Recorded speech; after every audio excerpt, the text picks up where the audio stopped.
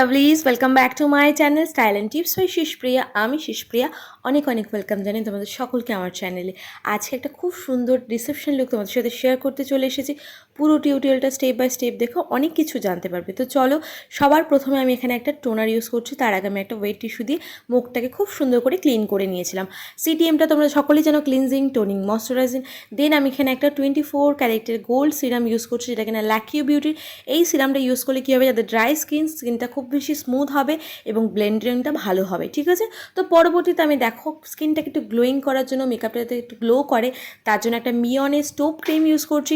তোমরা সকলেই একটু জানো, কিন্তু স্টোভ ক্রিমটা দিলে আমাদের কী হবে, প্রাইমারেরও কাজ হয়, দেন একটা গ্লো চলে আসে স্কিনে, তোমরা দেখতে পাচ্ছ। এরপর আমি একটা এমএমএসের oil free professional primer use করছি, যাতে কিনা আমাদের পোর্সটা খুব ভালোভাবে মিনিমাইজ হয়ে যায় এবং স্কিনে ডিরেক্ট আমাদের ফাউন্ডেশনটা না ঢুকে যায়।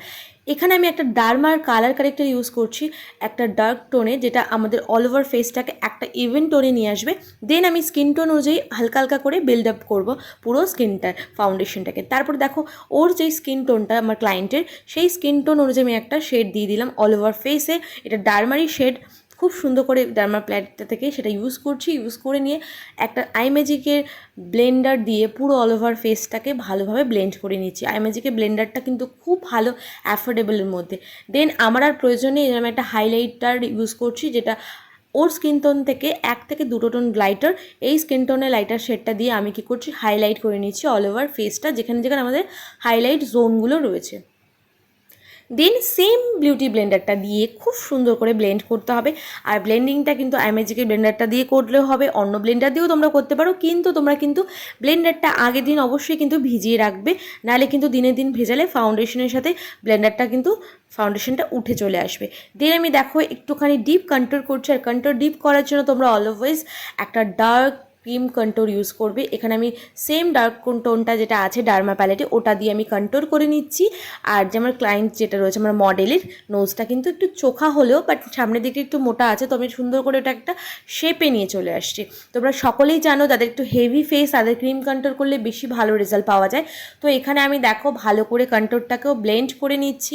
নোজ কন্ট্রোর তোমরা নিজেদের মতন করে করতে পারো, বাট আমি প্রেফার করি যাদের একটু হেভি ফেস তাদেরই কন্ট্রোর করতে ক্রিম কন্ট্রোর। দেন নাহলে একদম নর্মাল যেটা তোমার বেকিং বলা হয়, সেম ওরা কোনো পাউডার দিয়ে তোমরা বেকিং করে নিতে পারো, যেরকমভাবে নর্মালি কন্ট্রোর পাউডার পাওয়া যায় সেগুলো দিয়ে খুব সুন্দর করে ব্লেন্ড করতে হবে। আর যারা এখনও অবধি আমার ভিডিওটা দেখছো তারা কি করছো, চলো ঝটফট লাইক, কমেন্ট এবং সাবস্ক্রাইব করে দাও প্লিজ প্লিজ প্লিজ, পরে কিন্তু তোমরা ভুলে যাবে। তো ভালো করে একটু সাবস্ক্রাইব করে দাও, নতুন নতুন ভিডিও তোমাদের জন্য অবশ্যই আমি আনতে থাকবো।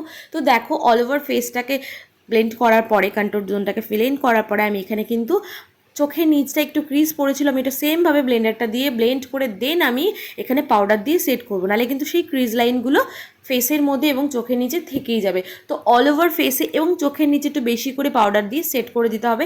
পরবর্তীতে এটা তোমরা ব্রাশ দিয়ে ঝেড়ে দেবে, তখন কিন্তু আস্তে আস্তে সেটা একদম ক্লিন হয়ে যাবে।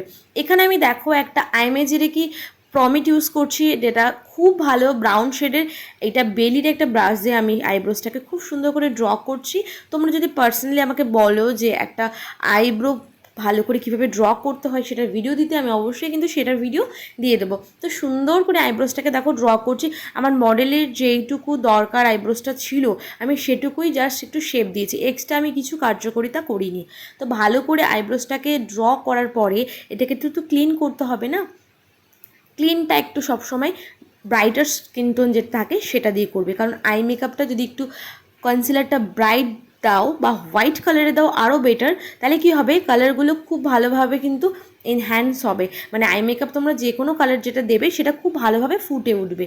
তো দেখো এখানে আমি প্রথমে একটা ট্রানজিশন শেড নিচ্ছি, একটা অরেঞ্জ অ্যান্ড ইয়েলো দুটো মিক্স অ্যান্ড ম্যাচ করে ট্রানজিশন শেড আমি দিচ্ছি। তারপর একটুখানি সি আকার দিয়ে 3টে ডট ডট দিয়ে আমি একটা সি টাইপের এরিয়া তৈরি করে নিচ্ছি।